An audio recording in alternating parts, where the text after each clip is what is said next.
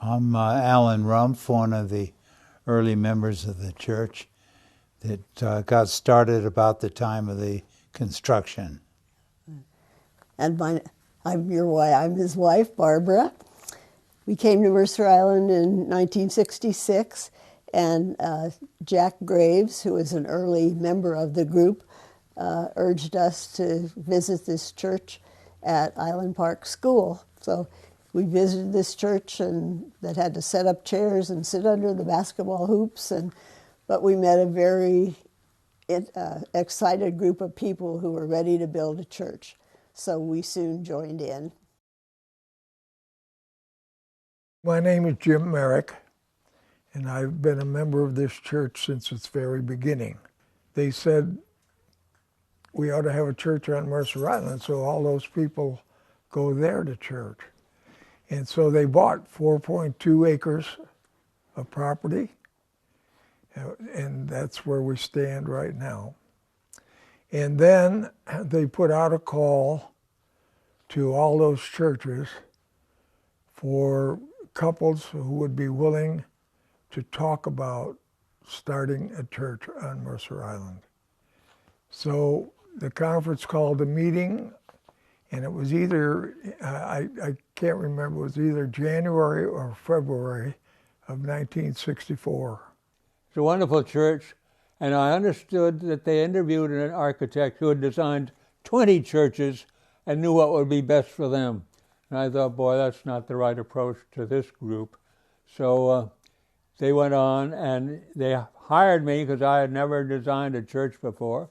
And I had no notions of what, I just was going to listen to what they wanted and would like and not make a monument to myself. I remember there was a big deal with bricks, and that at one point they started a wall or built a wall with the wrong bricks that were called out, and Jim Merrick stopped it and forced them to take that wall out and put it in right.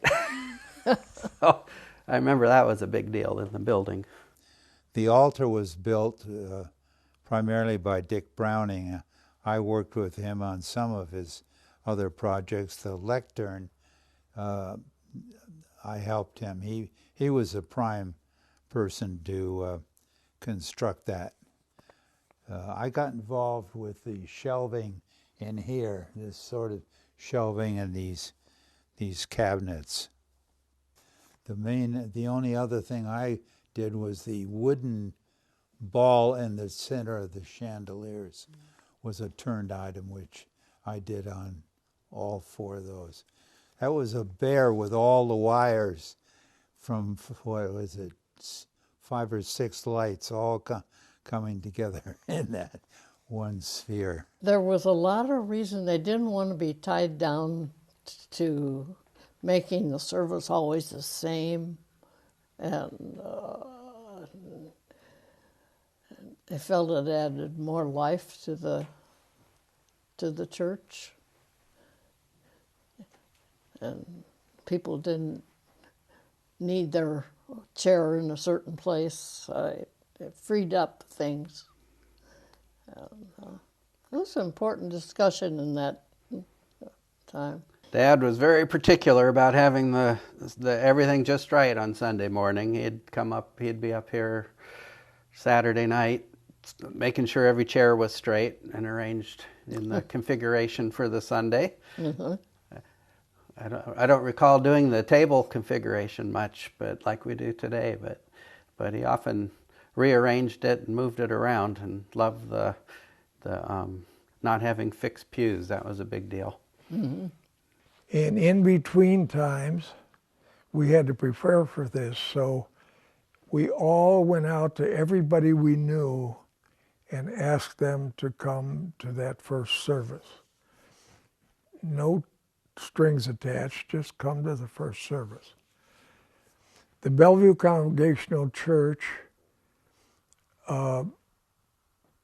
loaned us a series of dividers, room dividers, that they used so that we could make a smaller enclosure than the big gymnasium that we're in.